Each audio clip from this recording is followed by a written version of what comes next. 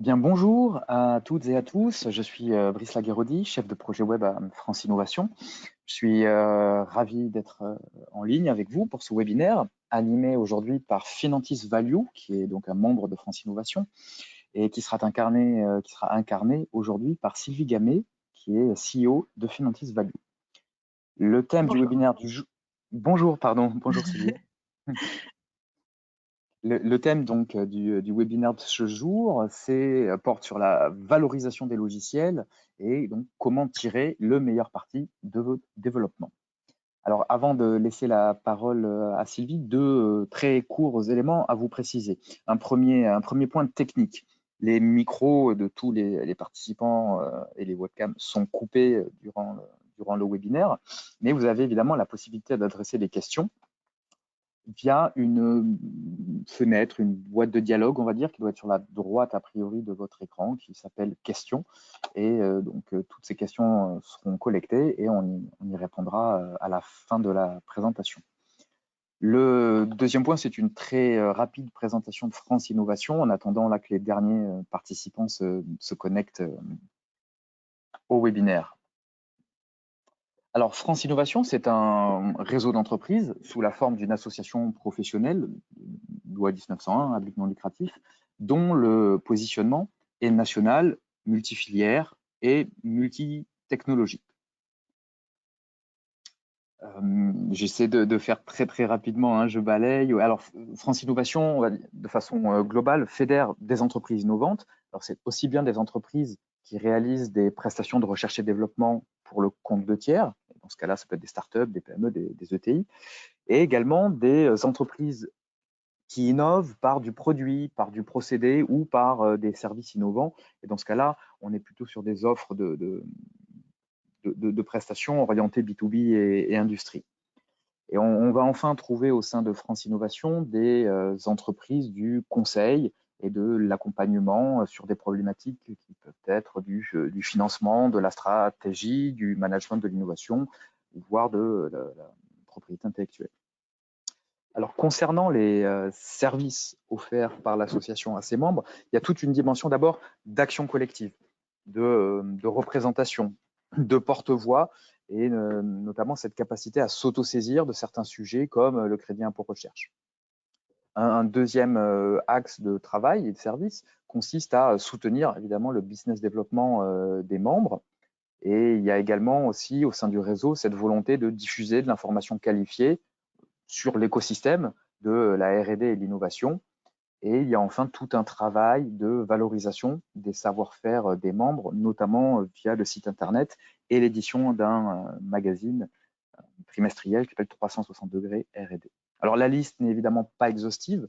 Vous retrouverez sur le site internet de France Innovation plein d'autres éléments, et notamment un annuaire des expertises, qui est en fait l'annuaire des membres de l'association, qui a été réalisé sous la forme d'un moteur de recherche pour permettre à des entreprises, et notamment des donneurs d'ordre, d'identifier des expertises précises parmi les membres de France Innovation.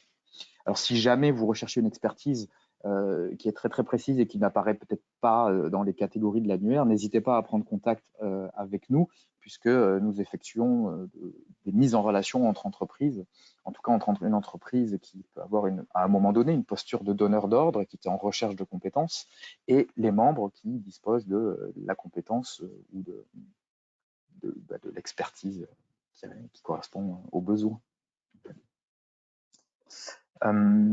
Sur les prochaines dates, encore très très rapidement, France Innovation organise de nombreux webinaires. Dans les dates à venir, vous pouvez retenir que le 18 novembre et le 7 décembre, il y a deux webinaires organisés avec l'ADEME. Donc le premier sur les solutions innovantes sur recyclage et récupération des matériaux. Un deuxième webinaire sur le développement d'une filière de production française de carburant dédié à l'aéronautique. Et je ne vais pas balayer la liste en entier, mais vous voyez qu'il y a quelque chose un prochain webinaire autour du concours e-Lab, ensuite sur le programme Horizon 2020 de l'EIC, Horizon Europe, pardon, sur l'EIC, encore de l'Horizon Europe, et en fait, encore le 7 décembre, un webinaire ADEME cette fois-ci sur le programme d'investissement à venir autour de la logistique 4.0. Et n'hésitez pas à consulter la page dédiée sur le site internet parce qu'on met à jour très régulièrement les webinaires. Un dernier mot pour vous souligner également que nous organisons un France Innovation Meetings, qui est un rendez-vous d'affaires en ligne, où du coup c'est un événement dématérialisé en fait entre entreprises. La prochaine date, le 9 décembre, est dédiée à la thématique MedTech. Voilà, je m'arrête là pour la présentation. Je laisse la parole à Sylvie Gamet pour donc ce webinaire. Une très rapide opération technique, Sylvie. Je vous donne la main pour la présentation. Voilà, vous devez avoir un message qui s'est affiché en confirmant. On voit bien votre écran. Ok, alors je me mets en mode plein écran. Normalement, c'est bon. Voilà, oui, c'est bon. C'est parfait. Ok. Parfait. Eh bien, bonjour à tous. Merci de nous rejoindre pour ce webinaire qui, en effet, va parler beaucoup de logiciels et surtout de leur valorisation. Donc, comment tirer le meilleur parti de vos développements. Je vais essayer d'être assez claire et succincte. Donc, je vais essayer voilà, de répondre au challenge et d'apporter les informations nécessaires. Et vous aurez ensuite, bien sûr, l'occasion de poser vos questions à la fin. Et n'hésitez pas à utiliser le chat en cours de route pour poser vos questions, comme l'a évoqué Brice. Donc sans plus tarder, on va balayer sur ces quelques minutes qui viennent plusieurs points. Tout d'abord, la protection des droits en termes de logiciel, comment on protège un logiciel. Ensuite, on va passer vraiment à ce qui est de l'évaluation financière, c'est-à-dire comment on met un prix, une valeur sur un logiciel ou des solutions digitales. Et on va se raccrocher à des cas concrets pour voir un petit peu dans quelles circonstances, à quelles occasions on peut faire ça. Ensuite, voir comment on peut maximiser aussi le processus de valorisation. Et je vais notamment parler de 2 mesures qui peuvent avoir un impact dans vos contextes. Donc je vous en parlerai un peu plus tard. Et ensuite, on passera aux questions-réponses pour voilà, creuser certains points que j'aurais peut-être traités un peu trop rapidement à votre goût. Alors, tout d'abord, quand on parle de logiciels, c'est vrai que ce sont des droits de propriété intellectuelle, mais qui sont un peu particuliers. Vous connaissez certainement le brevet, la marque, les modèles qui sont des titres de propriété industrielle avec des droits assez forts qui vont empêcher des contrefaçons, etc. Pour le logiciel, on est sur un droit d'auteur majoritairement, ce qui fait que ce sont des droits qui sont un peu plus fragiles. C'est-à-dire que vous ne pouvez pas nécessairement poursuivre quelqu'un qui, on va dire, copie les fonctionnalités de votre logiciel. Vous pourriez simplement poursuivre quelqu'un qui a copié ostensiblement votre code source, ce qui est un petit peu différent. Donc, puisqu'avec 2 codes sources différents, on pourrait très bien faire, grosso modo, les mêmes fonctionnalités. Alors du coup, comment faire avec ça pour quand même établir l'actif et protéger ses droits? Donc, tout d'abord, juste pour refaire une cartographie de ce qu'est un logiciel, même si je pense que vous êtes tous rompus à ce que c'est qu'un logiciel, mais en termes de droit, il est intéressant de savoir que derrière, on peut mettre plusieurs choses. Donc le droit d'auteur dont je parlais, qui va couvrir le code source, les algorithmes, tout ce qui est documentation technique, fonctionnelle et les contenus qui peuvent être reliés au logiciel. Après, vous allez avoir des briques de base de données qui vont être, donc là encore, sur un droit spécifique à la base de données. Et ensuite, vous avez le savoir-faire. Souvent, il y a un savoir-faire intégré dans un logiciel, plus ou moins de façon probante, ça va dépendre des secteurs de métier, de la fonctionnalité principale du logiciel, mais il peut y avoir un savoir-faire, donc qui là généralement va être protégé sous le régime, on va dire, du secret. Et ensuite, vous pouvez également protéger le design, l'ergonomie, la marque qui est liée au logiciel, et pourquoi pas, dans certains cas, c'est pas toujours facile, mettre du brevet s'il y a certains process qui sont utilisés et qui peuvent être éligibles à un dépôt de brevet. Donc on peut mettre plusieurs droits derrière un logiciel, car en fait un logiciel c'est quelque chose, enfin c'est un actif, le terme comptable, voilà, c'est un actif, mais qui est assez complexe. Voilà, c'est plusieurs briques ensemble qui donnent finalement un produit que vous pouvez ensuite soit commercialiser, soit exploiter, sans forcément le monétiser. Mais voilà, donc il est important d'avoir tout ça en tête. Et en fait, pour protéger un logiciel, eh bien, le droit d'auteur, il est d'office, j'ai envie de dire, mais il peut être intelligent de regarder comment le protéger au mieux avec justement les autres droits qui peuvent être un peu plus forts, que vous pouvez mettre en place, notamment la marque, pourquoi pas un brevet, pourquoi pas le design et l'ergonomie s'il y a quelque chose de vraiment spécifique et unique sur ce logiciel. Et il y a aussi beaucoup de protection par le secret, où certaines sociétés vont par exemple découper le logiciel, entre guillemets, ou mettre, on va dire, des murailles de Chine sur certains aspects du logiciel, par exemple les algorithmes, certaines parties de code source qui peuvent être vraiment au cœur voilà, du caractère différenciant du logiciel. Donc il y a plusieurs choses qui peuvent être mises en place pour pallier quand même un droit qui peut être fragile, entre guillemets, en tout cas qui n'est pas aussi fort qu'un dépôt de brevet ou un dépôt de marque, par exemple. Donc pourquoi je parle de la protection du logiciel? Parce qu'en fait, quand on valorise un actif, il est important de le caractériser, de le matérialiser d'une certaine façon. Donc le code source est la première forme de matérialisation d'un logiciel, mais comme je disais, il n'y a pas que ça. Et en fait, c'est ce que l'on va regarder, c'est-à-dire qu'est-ce qu'on valorise concrètement quand on va valoriser le logiciel.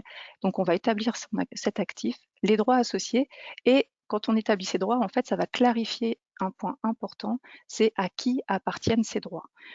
Donc là, il y a aussi toute une logique qui est importante d'avoir, enfin en tout cas de tracer quand vous faites un développement de logiciel, c'est de bien avoir en tête de qui est le titulaire des droits in fine.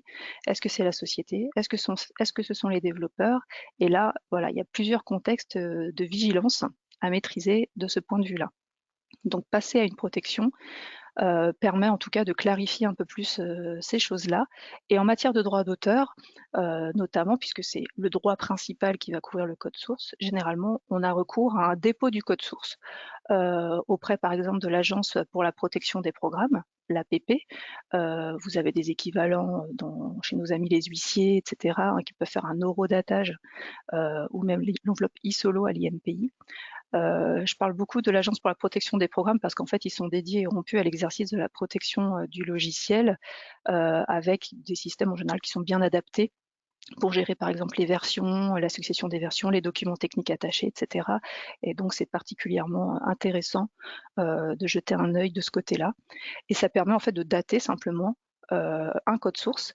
Donc, si vous avez des problèmes de contrefaçon, dans le sens où quelqu'un aurait pris votre code source et l'aurait dupliqué pour en faire quelque chose d'autre à côté, bah, vous pouvez recourir à cette preuve de dépôt pour dire bah, on est titulaire de ce logiciel et il y a bien eu copie du code source, et comme ça vous pouvez faire valoir vos droits plus facilement. Donc voilà, ce caractère de droit, j'y passe un peu de temps, mais il est important parce que c'est vraiment bah, la base pour valoriser un logiciel. Ensuite, les erreurs justement à éviter, donc les principales erreurs que j'ai pu noter dans l'exercice de mon activité, sont faites en fait très tôt. Donc c'est pour ça que j'aime bien les voilà, les souligner, parce que dans le développement d'un logiciel, il y a souvent des choix stratégiques tout au départ, notamment quand on est dans des jeunes sociétés qui se créent, à savoir, est-ce que ces développements doivent être portés par la société directement, par exemple, ou est-ce que les développeurs peuvent rester de façon indépendante titulaires de leur code source? Voilà, il y a ce choix qui doit être opéré. Et en fait, voilà, en fait, si un développeur, par exemple, est salarié d'une société, bah, le code source va appartenir à la société, typiquement. Mais si ce n'est pas le cas, bah, le code source appartiendra au développeur, personne physique, parce que enfin, il s'agit de droits d'auteur. Donc, il est important, voilà, d'avoir en tête cette dimension-là. Et pour trancher, finalement, enfin, voilà, il faut se poser les questions qui sont sous vos yeux, c'est-à-dire bah, qui développe et qui exploite. Donc ça, en général, on y répond assez facilement. Quelles sont les relations entre les associés aujourd'hui et demain? Donc pour voilà, essayer d'anticiper d'éventuelles problématiques, ce qui peut être le cas, par exemple, quand vous avez une équipe de fondateurs de start-up qui est multiple, c'est-à-dire que vous avez un développeur qui va apporter la brique produit et puis par exemple des profils plus commerciaux qui vont se charger du développement de la société. Et donc là, on peut anticiper potentiellement des désaccords à venir avec un développeur qui va peut-être revendiquer certains droits, des commerciaux qui vont en revendiquer d'autres, etc. Après, c'est pareil, le chiffre d'affaires. En général, quand on développe un logiciel pour l'exploiter, c'est qu'on envisage en tout cas de faire du chiffre d'affaires avec la plupart du temps. Mais la question, c'est quand est-ce qu'il pourra être fait, ce chiffre d'affaires? Est-ce que c'est pertinent de créer la société tout de suite, en fait, si les développements, par exemple, sont très longs? Ça peut être une décision qui peut être voilà, reportée dans le temps de tester, d'avancer, de voir comment tout ça progresse. Et ensuite, qui est rémunéré par qui? Donc par exemple, vous pouvez avoir des développeurs qui développent dans leur coin, qui peuvent être financés, soit ils sont financés en fonds propres parce que c'est un projet qui les passionne, etc. Soit ils sont financés par exemple par Pôle emploi, puisque ça peut être aussi sur une période de chômage par exemple, où on se met sur un projet entrepreneurial, etc. Donc à ce moment-là, voilà, on peut très bien reporter la création d'une structure, mais si le développeur, donc comme je disais tout à l'heure, est rémunéré par une structure, et bien là d'office, si son contrat de travail le prévoit en tout cas, le logiciel qu'il va développer appartiendra à la structure directement. Donc après, je vous dirai quelles sont les incidences de ça ensuite. Donc voilà, la question principale quand on commence un projet qui traite de solutions digitales, c'est est-ce qu'on garde finalement la propriété de ce logiciel, de ce code source en tant que personne physique? Parce qu'ensuite, on peut avoir des stratégies par exemple, de concession de licence du code source à la société ou envisager son apport en nature. Donc ça aussi, j'y viendrai. Quand on met en place la société, on peut apporter en nature le logiciel aussi. Ou alors, on crée directement la société, on développe le logiciel sous l'égide de cette société. Donc là encore, c'est une autre dimension, hein. Vous pouvez recourir après à des aides, à du CII, du CIR, pourquoi pas s'il y a de la recherche et développement derrière. Et ensuite, la société commercialisera. Mais si vous prenez cette option, ça vous ferme la porte, par exemple, à la concession de licence entre les développeurs et la start-up, enfin la société, ou l'apport en nature. Parce que le logiciel sera déjà dans la société, vous ne pourrez pas le valoriser financièrement au capital de la société. J'y reviendrai un peu plus tard. Donc voilà pour les points de vigilance à avoir dès le départ quand vous vous lancez dans un développement. Donc les bonnes pratiques, si je résume déjà à ce stade-là ce que j'ai pu dire, c'est que dans un premier temps, il va être important de tracer le temps qui est passé à la conception au développement et de façon nominative, hein, quand vous avez une équipe avec plusieurs personnes, pour savoir concrètement qui a contribué à quoi et qui est auteur de quoi. Donc ça, c'est la base. Et ensuite, même pour valoriser financièrement, ça peut être une donnée d'entrée qui va être utilisée. Ensuite, contractualiser. Donc les accords de copropriété s'il y en a, hein, s'il y a plusieurs développeurs qui sont dans la boucle, ou même s'il y a des commerciaux, hein, des profils plus commerciaux ou plus business développement, qui vont contribuer au développement du logiciel. Alors peut-être pas dans le code, mais en tout cas sur ses fonctionnalités. Voilà, son ergonomie, il peut y avoir des UX designers par exemple. Donc à voir comment vous actez cette copropriété du logiciel et s'il y a des concessions de licence aussi entre les développeurs par exemple et une société qui exploite, là aussi contractualiser. Ne partons pas du principe que tout va bien se passer. Voilà, plus c'est contractualisé, plus c'est formalisé, mieux ce sera et plus ça facilitera la valorisation ensuite du logiciel. Alors ensuite, pour les cas où vous faites appel à des prestataires externes ou à des stagiaires, ou en tout cas à des personnes qui ne sont pas directement employées, il y a des clauses de confidentialité à bien avoir en tête et de cession de droits de propriété intellectuelle dans les contrats hein, de prestation ou des conventions de stage. De même pour les alternants. Et pour les employés, ça va être dans le contrat de travail que ça va se situer. Donc les clauses de confidentialité, droit de pays, qui sont vraiment à mettre en place pour ne pas avoir de surprise en termes de titularité des droits d'auteur d'un développement de logiciel. Ensuite, également, quand vous vous lancez dans une solution digitale, que vous la développez, vous pouvez être amené donc à utiliser différentes briques qui peuvent être open source. Là, de la même façon, ces briques open source, il faut être vigilant sur la licence qui est attachée à ces différentes briques, puisqu'il y a des copyleft, ce qu'on appelle des copyleft qui peuvent être en place et qui peuvent venir entacher, entre guillemets, ou parasiter votre droit d'auteur, votre copyright. Donc c'est important aussi d'avoir cette dimension-là en tête et d'être assez vigilant sur le fait d'utiliser telle brique. Est-ce que ça va parasiter? Est-ce que ça va me contraindre, par exemple, à publier mon code source sur la place publique ou pas? Et donc, comme je disais, déposer le code source une fois que vous avez déjà une bonne version hein, du logiciel et tous les documents qui peuvent y être associés. Ça, souvent, les personnes n'y pensent pas, mais tout ce qui est documents de conception, de spécification peuvent être aussi attachés et de les déposer à des moments clés, notamment hein, de la vie de la société ou de la vie du logiciel, donc création de société, ouverture de capital et j'en passe. Et donc, vous pouvez le faire auprès de l'APP par exemple, ou d'huissier ou de l'ISO, comme je disais. Donc ça, ce sont vraiment les bonnes pratiques à avoir, j'ai envie de dire, d'emblée, pour favoriser un développement, on va dire, serein du logiciel et surtout permettre une stratégie de valorisation derrière qui ne soit pas entamée déjà à la base par des mauvais choix.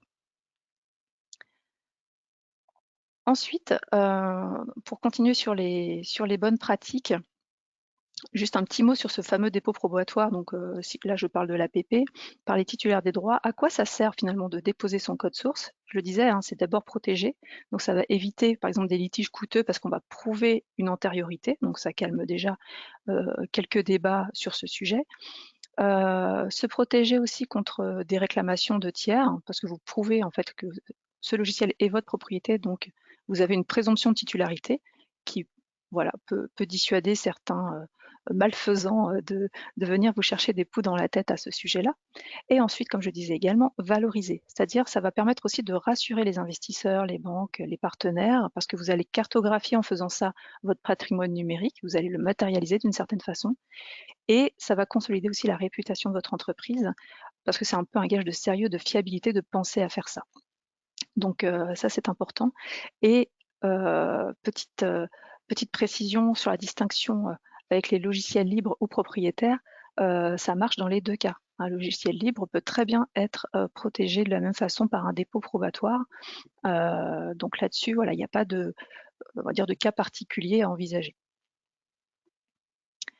Alors maintenant que j'ai dit tout ça, que j'ai dit les principales bases en termes d'établissement du droit autour du logiciel, la question c'est, ok, on peut valoriser, mais quand et à quoi ça sert concrètement de le faire? Alors, il y a plusieurs cas de figure dans lesquels c'est intéressant de valoriser un logiciel.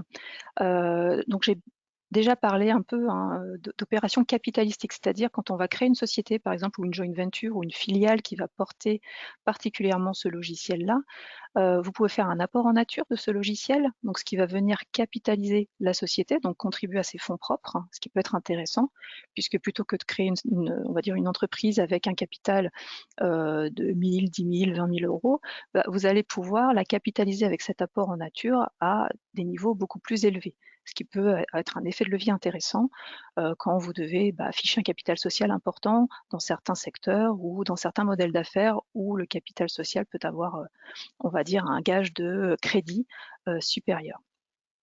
Vous pouvez aussi donc bien sûr valoriser en cas de, si vous envisagez de vendre, de céder ce logiciel, que ce soit une société, un client, peu importe votre modèle. Là, c'est intéressant aussi de pouvoir le faire. L'ouverture du capital et la valorisation de la société. Donc là, en effet, quand vous avez une entreprise qui a créé un ou plusieurs logiciels, qui les exploite ou qui va les exploiter, il peut être intéressant de se pencher sur la valeur de ces logiciels-là pour mesurer la valeur de la société. Comme je disais, parfois la société a développé des logiciels, mais comme elle les a intégrés, on va dire, dès le départ en son sein, ils n'apparaissent pas dans les actifs au bilan de l'entreprise. Pour autant, ce sont des actifs bien présents et qui supportent l'activité bien souvent de la société. Donc il est parfois utile, dans un cadre de négociation, etc., de la valeur de la société, de pouvoir apporter un argument de valeur sur le logiciel, on va dire, qui est fondateur, par exemple, de certaines lignes de revenus de l'entreprise. Donc dans la même lignée, les levées de fonds, c'est un petit peu la même logique, et les fusions-acquisitions également, hein, où on va peut-être être en mesure, ou en tout cas on va envisager d'acquérir une société qui dispose d'un ou plusieurs logiciels, bien là, la valeur aussi peut être un sujet. Donc là, c'est vraiment les opérations capitalistiques. Ensuite, assez proche, vous avez la négociation où on va retrouver des contextes de cession, d'acquisition d'un logiciel. Là, j'ai envie de dire que la valeur, elle est un peu moins gravée dans le marbre puisqu'elle n'aura pas nécessairement une incidence sur une écriture comptable. Mais dans le cadre d'une négociation, il peut être intéressant de connaître les différents arguments et d'avoir une référence de discussion autour d'un prix avec son interlocuteur. Après, dans les cadres moins sympas, les contentieux, évidemment, on va être amené à négocier, par exemple, des droits d'auteur, ce genre de choses.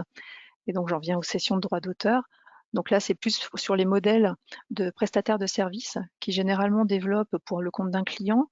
Le client dispose d'une licence d'exploitation du logiciel qui a été développé, mais pour autant, selon les conditions du contrat, le client n'en sera pas nécessairement propriétaire. Et donc, il est parfois utile de négocier justement la cession de ces droits d'auteur pour que le client devienne propriétaire plein et entier des droits de ce logiciel. Et dans ce cas-là, bah voilà, c'est une négociation aussi qui peut s'ouvrir et bah, souvent, il y a besoin de points de référence. Et après, sur des contextes un petit peu plus administratifs, je dirais, nous avons la comptabilité, la fiscalité. Et donc là, je vais peut-être parler chinois à beaucoup d'entre vous, donc je ne vais pas forcément m'étendre, mais si vous avez des questions, vous me le direz. C'est quand on acquiert un logiciel, il va y avoir souvent une écriture comptable en fait qui va être attachée à ça. Et si ce logiciel fait partie d'une société et qui n'est pas dans l'actif donc de la société, c'est quelque chose qui va être peut-être noyé dans le goodwill de l'acquisition. Le goodwill, c'est la différence, c'est la plus-value, hein. Enfin, en gros, c'est le prix moins les actifs déclarés, j'ai envie de dire, de la société. Et donc, ça va être noyé là-dedans. Et en fait, quand on acquiert une société, il est bien de pouvoir ventiler un minimum ce fameux goodwill. Donc, ça peut intervenir dans ce cas-là. Et puis ensuite, il y a une mesure fiscale qui s'appelle l'IP Box, dont je parlerai sur la fin du webinaire, qui bah, est aussi une occasion de valoriser le logiciel. J'en parlerai plus tard. Donc voilà un petit peu. Je vais vous donner quelques exemples concrets quand même, outre la théorie que je viens de vous dire pour les contextes. Je vais vous raconter assez brièvement 3 situations différentes qui permettent de se rendre compte en fait de l'impact que ça peut avoir. Donc tout d'abord, je vous parlais de l'apport en nature, notamment dans un cadre de start-up. On crée une start-up, on apporte un logiciel. Donc l'impact, c'est qu'il y a une augmentation du capital et donc des fonds propres de la start-up. Donc dans certains cas, ça peut permettre d'avoir plus d'aides, plus de subventions, hein, quand l'assiette des fonds propres est retenue. Ça permet de valoriser bien sûr l'entreprise en cas de levée de fonds, de limiter en fait la dilution aussi hein, des fondateurs, puisque on peut avoir quand même un impact sur la valeur de la société à ce niveau-là. Bon, ça apporte un regard d'expert indépendant, c'est-à-dire ce n'est pas que la parole des fondateurs qui disent ce logiciel est super, il est génial, il vaut des millions d'euros. Voilà, là il y a un expert qui se penche sur la question et qui va venir apporter voilà, un regard un peu plus impartial, on va dire, sur les développements qui ont été faits et bah, entre guillemets la valeur, la plus-value que ce logiciel pourrait apporter par la suite. Et donc les assiettes d'aide directement qui peuvent être plus importantes potentiellement grâce aux fonds propres qui sont augmentés. Donc là, selon les cas, selon les logiciels, selon les modèles d'affaires qui sont associés à ces logiciels, ces apports peuvent aller de quelques milliers d'euros à plusieurs millions d'euros. Donc c'est vraiment un levier très, très puissant dans ce contexte-là. Donc c'est pour ça, quand je reviens à ce que je disais tout à l'heure sur l'apport, est-ce qu'il est pertinent de mettre tout de suite la propriété du logiciel dans la société ou peut-être de temporiser cette propriété, de la garder au sein des personnes physiques pour l'apporter ensuite, c'est de cet effet de levier-là dont je parlais. C'est-à-dire que voilà, quand le logiciel est déjà dans la société, vous n'aurez pas l'inscription noir sur blanc dans les comptes de la valeur du logiciel au moment en tout cas où il aura été apporté. Donc ça peut être, voilà, c'est un choix. C'est un choix à avoir en tête quand même assez tôt. Autre cas de figure, les fusions-acquisitions. Donc là, notamment, il y a l'exemple d'une PME, donc qui est un éditeur de logiciels, donc un de nos clients, qui avait eu une proposition de rachat par un grand groupe international du CAC 40 et qui lui avait fait une proposition d'achat à 5 millions d'euros de sa société. Donc, ce client nous a demandé de valoriser la société et le logiciel qui sous-tendait l'activité. En effet, toute son activité reposait sur un logiciel. Donc nous, on a fait notre travail et on a permis de porter la négociation à 8 millions d'euros et à ce qu'elle soit remportée par notre client. Donc il a eu un gain de 3 millions d'euros, ce qui est plutôt pas mal, c'est plus de 60% par rapport à ce qui était proposé au départ. Et l'argument derrière ça, c'est lequel? C'est de dire, bah, en fait, l'acheteur, il est intéressé par quoi? Est-ce qu'il est intéressé par l'activité de la société ou vraiment par le logiciel qui est derrière? Parce que si finalement c'est que l'activité qui l'intéresse, avoir une licence du logiciel peut suffire, mais si le logiciel l'intéresse en tant que tel aussi, il veut aussi les droits de propriété plein et entier du logiciel, et à ce moment-là, ça a une valeur, ça se négocie. Et voilà, du coup, là, vous avez un impact sur un cas concret. Et dernier cas, dernière situation, j'en ai parlé aussi un petit peu avant, la cession des droits d'auteur sur le code source. Donc notamment, on est éditeur et prestataire et on développe pour un client. Le client est utilisateur, il exploite sous licence un logiciel, mais à un moment donné, il veut acquérir les droits d'auteur, avoir la pleine propriété. Et dans ce cas-là, il y a une négociation qui a lieu. Donc souvent, la plupart des temps, quand on intervient, on est sur des relations un petit peu tendues entre, entre le prestataire et le client, parce que le client n'avait pas forcément en tête, au moment où il avait mandaté le prestataire, qu'il ne serait pas propriétaire de l'ensemble de la solution. Il y a souvent, donc là, c'est bien de clarifier ces aspects-là, si j'ai des éditeurs parmi les auditeurs. Et là, voilà, donc typiquement, un éditeur qui avait développé un ERP, donc un ERP, c'est quand même un logiciel interne qui porte beaucoup, beaucoup de valeur à une entreprise. Voilà, si le ERP tombe, il y a quand même des fois pas mal de process qui tombent par terre également, et c'est très handicapant. Et là, l'éditeur a pu remporter une négociation autour de près d'1 million d'euros, en plus du développement qui avait été payé à la base par le client. Donc ce qui est quand même pas négligeable. Donc ça vaut le coup quand même d'avoir en tête ces quelques idées, ça vous donne voilà, un peu l'impact que ça peut avoir potentiellement dans ces différents cas de figure. Alors une fois que j'ai dit ça, on sait quand est-ce qu'on peut valoriser, mais alors comment on fait concrètement pour mettre une valeur sur un logiciel? Alors il y a plusieurs angles qui sont adoptés, bien sûr, on va avoir un angle de vue, alors le juridique évidemment, j'en ai parlé en long en large, donc on va quand même regarder les droits qu'il y a autour de ce logiciel-là, et ensuite on va bien sûr regarder l'angle de vue technique, c'est-à-dire comment il est développé, quels langages ont été employés, quelle architecture, le nombre de lignes de code source que ça peut représenter, est-ce que c'est fait dans les règles de l'art, est-ce qu'il y a de l'open source dedans ou pas, etc., etc., etc. On va vraiment regarder ça. Généralement, on est plutôt sur du déclaratif avec le client, mais on peut aller jusqu'à un audit technique où vraiment on va aller mettre les mains avec un partenaire dans le cambouis, c'est-à-dire regarder le code source, voir comment il est fait et aller chercher toutes les failles potentiellement que ce code pourrait recéler. Donc on a comme ça un compte rendu d'audit. Le client peut très bien sûr, corriger les principales choses qui peuvent émerger, qui peuvent poser un souci dans la valorisation. Donc là, c'est possible, mais on peut aussi très bien faire sans, puisque en général le client aussi maîtrise assez bien ses développements, et comme il est en situation de négociation, il est aussi en pleine responsabilité de ce qu'il propose également. Donc il y a différents degrés, on va dire, de profondeur dans cet angle de vue technique qui sont possibles. Ensuite, on a l'angle de vue marché, qui va être aussi évidemment important, parce que c'est très bien d'avoir développé un logiciel, mais autant qu'il serve quand même à quelque chose. Donc la question, c'est de savoir, au-delà des fonctionnalités techniques qu'il propose, est-ce que ces fonctionnalités ont un intérêt pour quelqu'un? Est-ce que ça procure un avantage concurrentiel? Quel marché ça représente, etc., etc. Et quel modèle d'affaires va être attaché, par exemple, à ce logiciel? Est-ce qu'on est sur un logiciel, on va dire, un peu middle office, back office, quelque chose un peu qui ne va pas être très, très en vue concrètement, qui va peut-être apporter une certaine efficience, par exemple sur des machines, des choses comme ça. On peut être sur des logiciels d'optimisation, par exemple. On peut être sur une simple algorithmie qui va être un peu cachée, ou on peut être sur un logiciel de type SaaS qui va vraiment être la vitrine, entre guillemets, de la société, par exemple, pour proposer des services. Donc il y a différents cas de figure à ce niveau-là. Donc on va regarder ça. Quel est le modèle d'affaires qui va être mis en place par rapport au marché? Donc avoir un regard extérieur et critique par rapport à ça pour voir si finalement c'est crédible en fait.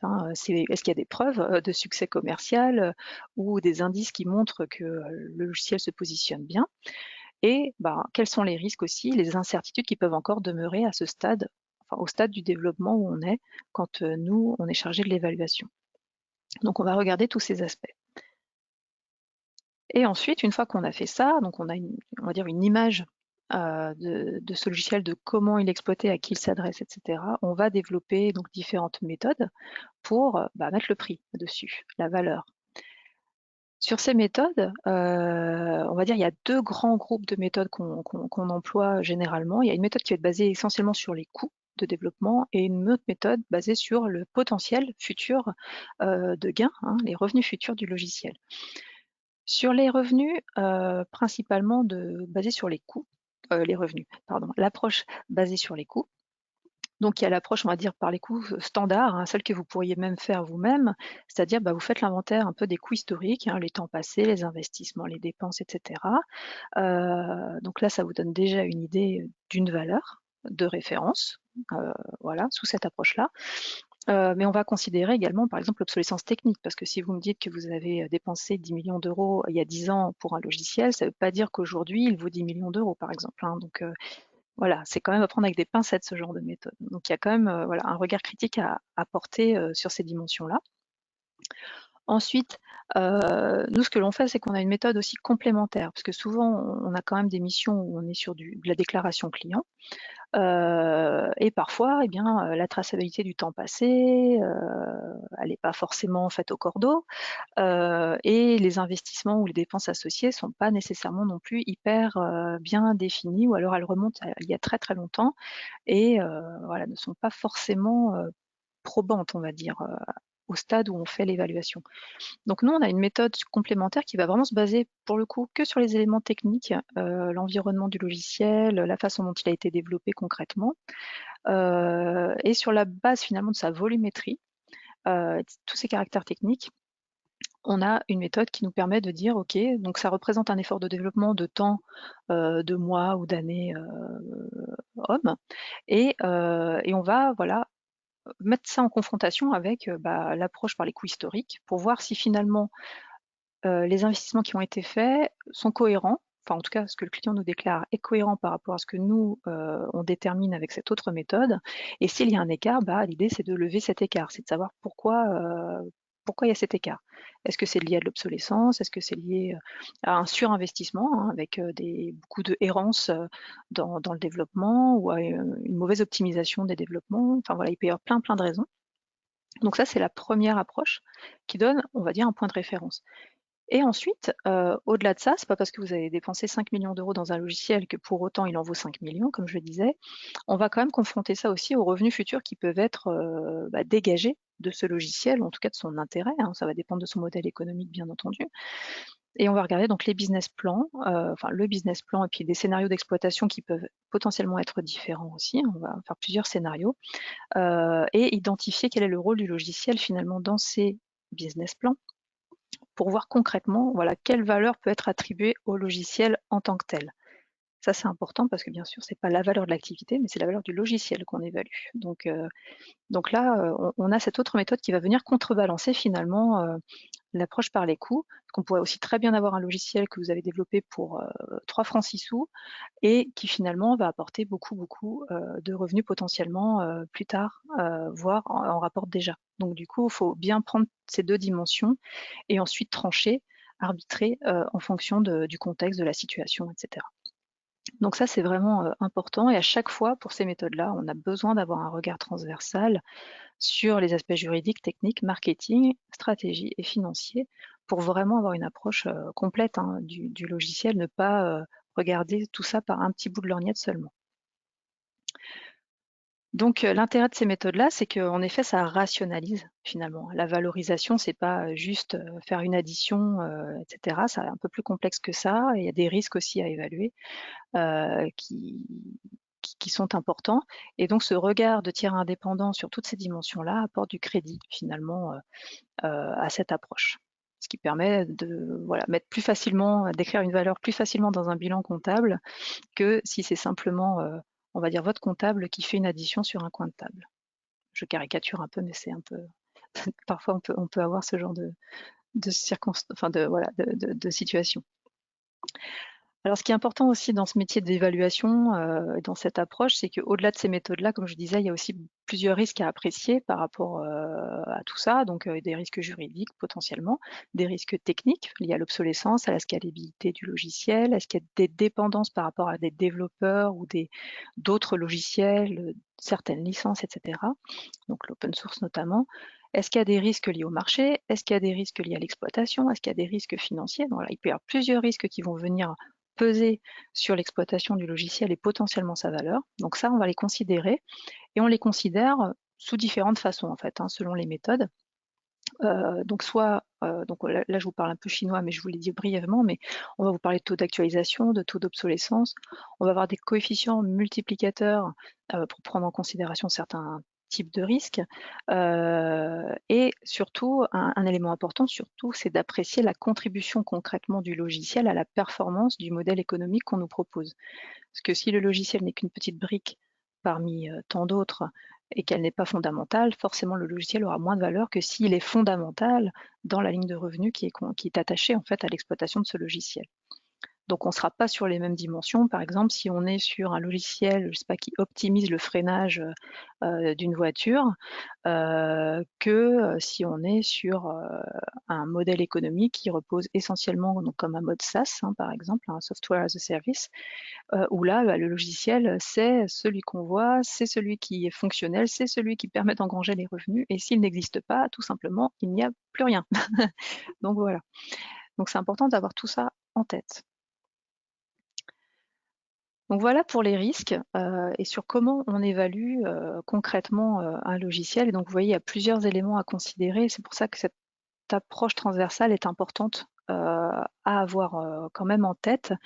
Même quand on est, on va dire, très spécialisé, par exemple, qu'on est un développeur simplement ou un business développeur, avoir ce regard transversal peut être quand même assez une richesse pour valoriser au mieux vos développements et votre entreprise si elle repose essentiellement sur vos développements. Donc ça, c'est vraiment le message que je voulais faire passer et la protection des droits. Maintenant, je vais vous parler de deux points qui me semblent aussi importants quand on traite de solutions digitales et de logiciels. Donc c'est un point de fiscalité et un point plutôt juridique, on va dire, de droit des sociétés. Alors le premier, concerne l'apport en nature des personnes physiques. Donc je vous en ai parlé, quand on crée une start-up, on a souvent le cas de figure du développeur qui amène le logiciel qui va être exploité par l'entreprise. Alors je dis start-up, mais ça peut très bien être une PME ou autre, hein, c'est un abus de langage. Souvent des cas de start-up, c'est pour ça.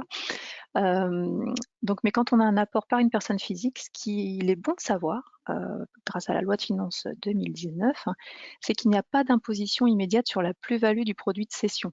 C'est-à-dire que si le développeur a, on va dire, développé sur son temps libre un logiciel, qu'on le valorise, je dis n'importe quoi, à 200 000 euros, et bien avant 2019, les impôts auraient pu dire bah, très bien, vous l'avez valorisé 200 000 euros, vous l'avez apporté dans une société et vous avez eu des parts sociales à hauteur de 200 000 euros. Eh bien, nous, on vous demande un impôt sur ces 200 000 euros parce que vous ne pouvez pas justifier de dépenses déductibles en fait de cette somme-là. Et donc, vous donniez bah, quasiment un tiers de 200 000 euros aux impôts, sauf que le développeur n'a pas touché cet argent en cash, mais en part sociale, ce qui est un petit peu compliqué quand on n'a pas devant soi un peu de trésorerie, hein. Donc c'était un peu handicapant. Donc souvent les gens faisaient l'impasse de la déclaration. Je crois qu'il faut dire quand même ce qui est. La loi s'est adaptée en fait, hein. Du coup, maintenant, il n'y a pas d'imposition immédiate. Donc ça dépend, comme les brevets finalement, du régime des plus ou moins values à long terme, hein, si je parle avec des gros mots de fiscalistes, avec un taux réduit de 10%. Et vous avez un report d'imposition de cette plus-value en plus. Mais il faut la faire, en fait, il faut faire une demande express au contribuable. Enfin, voilà, il faut que le développeur fasse une demande express. Et ça, c'est important de l'avoir aussi en tête pour éviter d'avoir des revers de médaille plus tard. Donc, il faut quand même en faire la demande. Donc, c'est important de l'avoir en tête. C'est pas juste, ça se fait automatiquement. Non, il faut faire la demande de report d'imposition pour ne pas avoir quelqu'un des impôts qui sonne à votre porte et vous demande quelques milliers d'euros. Voilà pour ce point-là. Et ensuite, le dernier point, c'était un point de fiscalité, de son petit nom, l'IP Box, qui est en fait originaire de la Patent Box, hein. C'était quelque chose qui était très en place déjà en Europe pour les brevets, et ça a été étendu au logiciel justement récemment. Et en fait, l'idée, c'est que l'entreprise qui exploite un logiciel sous forme, qui a des revenus de licence en fait ou de cession d'un logiciel, peut opter pour un taux réduit d'imposition à 10%. Alors je dis bien opter, c'est une option qui s'étudie, hein, faut aller creuser un petit peu plus dans chaque cas particulier, et qui va être en fait surtout dépendant du fait que vous ayez de la R&D attachée à ce logiciel ou pas. Si vous n'avez pas de R&D, ça va pas nécessairement être très intéressant, mais si vous avez de la R&D, donc si vous avez du CIR et potentiellement peut-être du CII, mais alors après je ne suis pas fiscaliste, je ne connais pas toutes les subtilités, mais en tout cas voilà, il faut pouvoir justifier de R&D, de dépenses de R&D liées à ce logiciel, puisque ça rentre dans le calcul en fait de cette réduction d'impôt.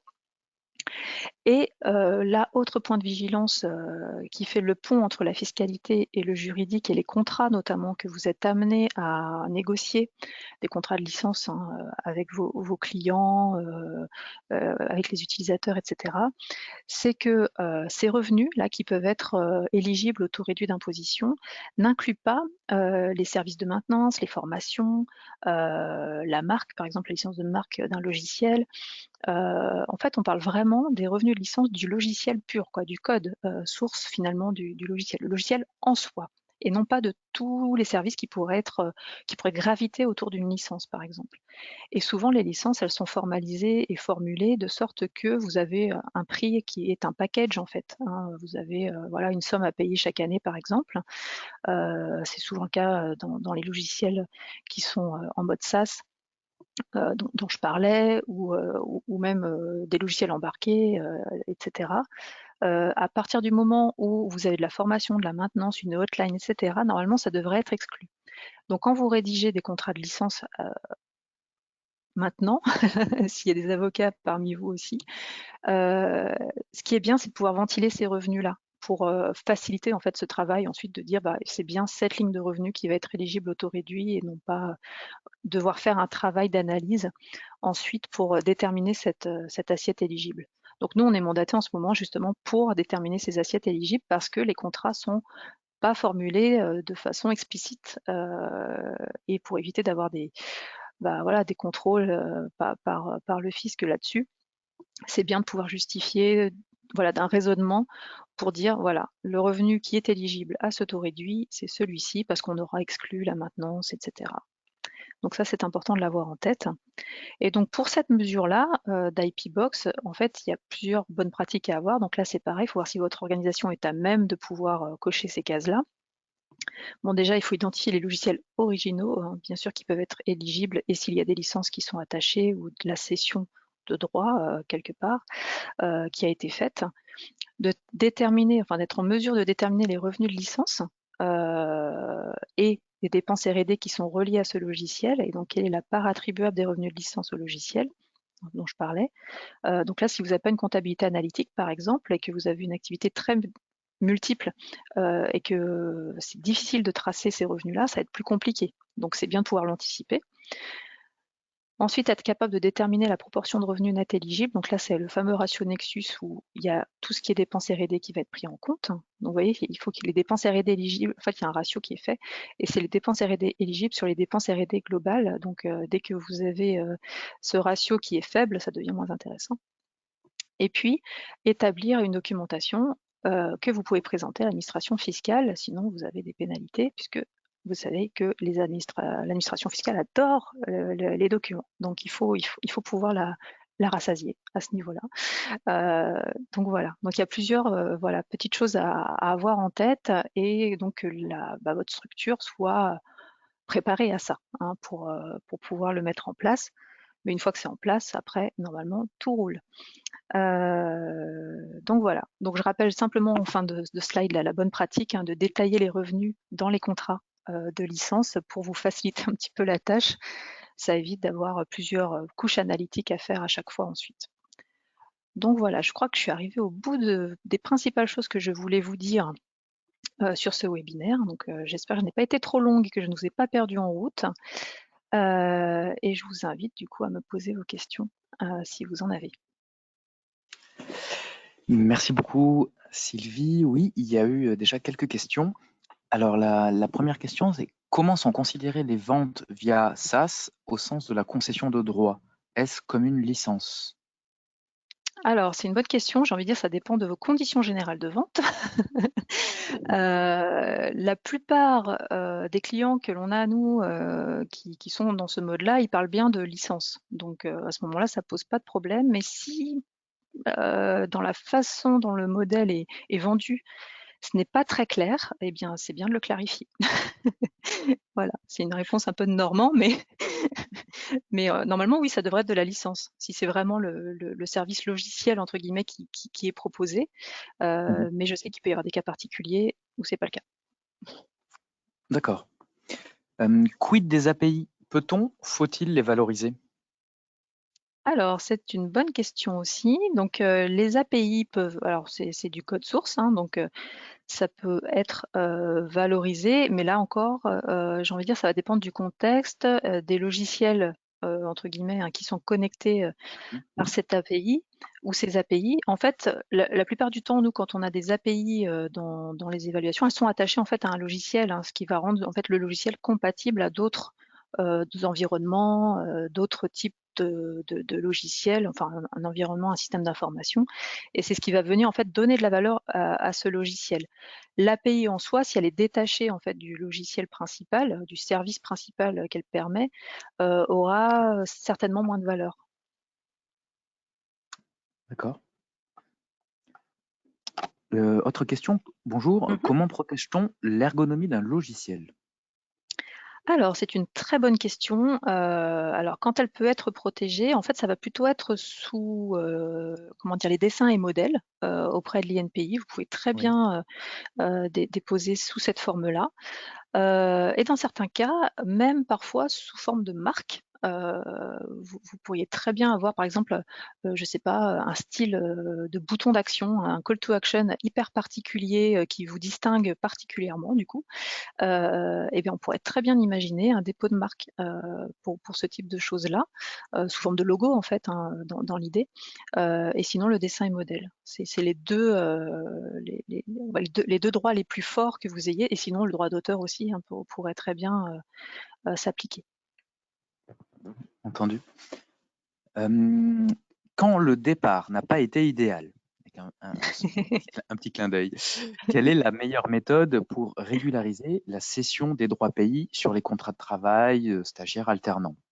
La suite étant, avez-vous des modèles d'avenant ou lettres d'accord? Mais bon, pour la deuxième partie, peut-être ça nécessitera un contact en direct avec la personne concernée, mais au moins Ouais. sur la première partie, comment fait-on pour régulariser des cessions de droits pays sur les contrats de travail? Et bien là, j'ai envie de dire, faut faire des avenants tout simplement, et donc les négocier. C'est vrai quand ça n'a pas été fait d'emblée, le danger c'est, va dépendre du «contexte» entre guillemets. Et de l'ambiance, de la situation. Enfin après voilà, je connais pas le contexte particulier qui est attaché.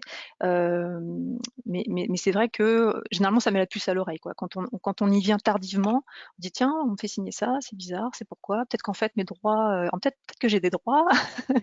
Il y a toutes ces Mmh. questions-là qui sont suscitées. Donc du coup, voilà, il faut idéalement faire des avenants, en ce sens-là. Et puis en espérant que ce soit, voilà, que ça passe bien.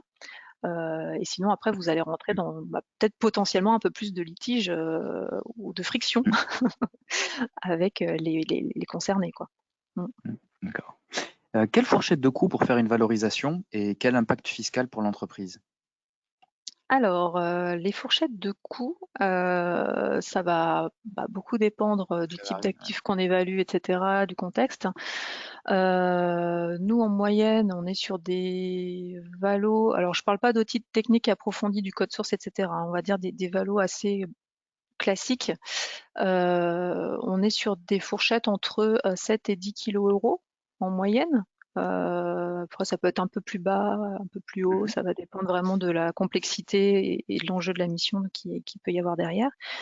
Alors ce qui peut être aussi intéressant de savoir, c'est qu'il peut y avoir des aides, hein. Ça peut être, financé en partie par par l'INPI, qui a le Pass Pays, qui permet de valoriser, Ouais, enfin voilà, de mettre en place une stratégie de protection, etc., mais aussi de valorisation.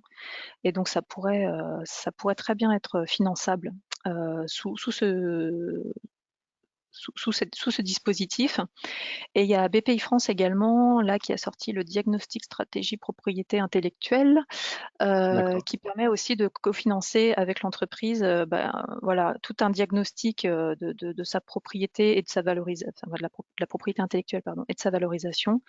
Donc potentiellement, ça peut être aussi couvert par ça. Donc ça, c'est plutôt pour les aides qui peuvent exister. Et fiscalement, l'impact, ça dépend dans quel cas de figure, j'ai envie de dire. Si on parle alors, d'apport en nature, comme je disais, si vous êtes personne physique, il n'y a pas spécialement d'impact.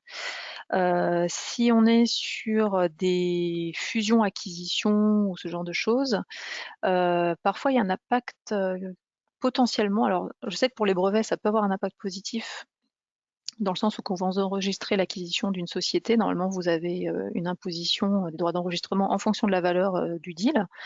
Mais quand vous dissociez, par exemple, le portefeuille de propriété intellectuelle, alors je parle brevet, le logiciel, je ne sais pas encore si ça rentre là-dedans, je ne voudrais pas dire de bêtises, donc sous réserve de l'avis d'un fiscaliste, Mhm. si vous dissociez en fait les deux, c'est-à-dire en fait, si vous décomposez le goodwill et vous sortez l'API, en fait, les droits d'enregistrement vont baisser. Donc ça, c'est plutôt intéressant puisque ça peut avoir une incidence fiscale du coup positive par rapport à ce qui aurait été fait habituellement. Et autrement, comment dire, si on a des cessions entre sociétés, donc là, vous avez une transaction en fait classique, donc vous allez peut-être être sujet potentiellement à de la TVA et puis à l'impôt sur les sociétés. Mais voilà, donc ça va vraiment dépendre de la transaction qui est concernée, quoi. D'accord. Une autre question, peut-on, alors attendez, peut-on valoriser un logiciel sur la base des prix de logiciels similaires ou concurrents? Est-ce que c'est une bonne méthode? Alors oui, c'est ce qu'on pourrait dire, les méthodes liées au marché ou des comparables. Alors après, il faut voir dans quelle mesure c'est vraiment comparable en fait. Mhm. Mais ça peut être un point de référence, surtout dans des contextes de négociation, hein, où vraiment, vous savez que, voilà, ça a été, ces transactions se sont déjà opérées de cette façon-là. Et en plus, si vous avez, l'entreprise en face de vous qui a déjà, en fait, connaissance de ces transactions-là pour avoir été, un des protagonistes ou pas, ça peut être en effet un bon point de référence. Après, il faut juste pouvoir, soutenir la comparaison. Ouais, entendu. Peut-on valoriser uniquement en capitaux propres et pas en capital social? Alors ça, c'est une bonne question. Généralement, moi, tout ce que j'ai vu, c'était plutôt en capital social directement, heu, parce que c'est vraiment contre des parts sociales que c'est opéré, mais on pourrait très bien avoir, de l'apport, sous d'autres, oui, c'est possible. Faudrait voir en fait en fonction de la du contexte et cetera, bien sûr, mais il y a certainement des voilà, des alternatives, on va dire. Mais la plupart du temps, c'est généralement contre des parts sociales que c'est fait. D'accord. Autre question, bonjour, comment valoriser des logiciels dont une partie du code a été générée par des frameworks? Alors, ça, on a souvent, ce cas-là. Mhm. Hem, donc en fait, alors ça dépend si les frameworks vous appartiennent ou pas. Heu, nous, les cas où qu'on a, c'est le client, a fait le framework, donc du coup, on Ok, valorise aussi le framework, c'est la partie facile. Sinon, quand ça a été en fait, c'est du code «facilement généré» entre guillemets, on le prend en compte, dans nos méthodes, notamment liées à la volumétrie dont je parlais, où on va venir «diminuer» entre guillemets, la valeur de la ligne du code source, parce qu'elle aura été, automatiquement générée. En fait, on va quasiment le considérer ou presque en tout cas comme, comme de l'open source ou pas loin. Donc d'accord. voilà, donc je caricature à fond, hein, mais c'est pour vous donner une idée, quoi. Ok, d'accord. Encore quelques questions et on va essayer de se tenir à la durée. On avait Bien sûr. annoncé qu'on terminerait à 15 heures, mais on prend là les deux, trois dernières questions si vous voulez bien. Mmh. Y a-t-il des différences significatives de valorisation entre la France et les États-Unis au niveau des approches et des valeurs? Alors en fait, il peut, y en avoir, mais en fait, elles vont pas dépendre, de la nature du logiciel, mais plutôt du marché en fait. Parce que, c'est toujours pareil, nous Européens face, à un Américain, bah, en fait l'Américain il peut avoir un marché potentiellement beaucoup plus important rapidement, bah, qu'un acteur français. Donc en fait, ça va surtout dépendre de l'ambition de développement, bah, voilà, du titulaire des droits du logiciel, ou de la société qui va l'exploiter. C'est surtout à ça que va tenir finalement la valeur. D'accord. Et peut-être aussi, si jamais, je sais qu'aux États-Unis, on peut breveter peut-être plus facilement certaines briques. Donc, si le droit de propriété est aussi plus fort, parce que c'est aux États-Unis, là aussi, ça peut avoir une incidence. Entendu. Allez, 15 heures, on prend une dernière question. La dernière? Hormis le risque d'imposition à titre individuel, lorsque la demande expresse de report d'imposition n'est pas effectuée, quels sont les risques liés à la détention des droits d'auteur par une personne physique avant d'être matérialisée par des apports en nature au sein d'une société? Cette pratique devrait-elle être Ouais. systématisée pour les startups qui visent une revente? Je peux relire la question. Je Qui est veux pas très bien, longue. je Ok. veux bien. Je tente le décryptage en parallèle. Donc, hormis le risque d'imposition à titre individuel, lorsque la Mmh. demande expresse de report d'imposition n'est pas effectuée, quels sont les risques liés à la détention des droits d'auteur par une personne physique avant que ce soit matérialisé par des apports en nature au sein d'une société? Eh bien, le risque, alors, si l'apport a été fait, j'entends, hein. Si l'apport Mhm. a été fait, mais qu'il n'y a pas eu la demande de report, c'est potentiellement vous pouvez avoir un redressement fiscal, où, les impôts vont vous demander, bah, l'impôt sur la plus-value, bah, voilà, auquel ils ont droit. Puisqu'il n'y a pas eu de demande de report, c'est qu'a priori vous pouvez payer tout de suite.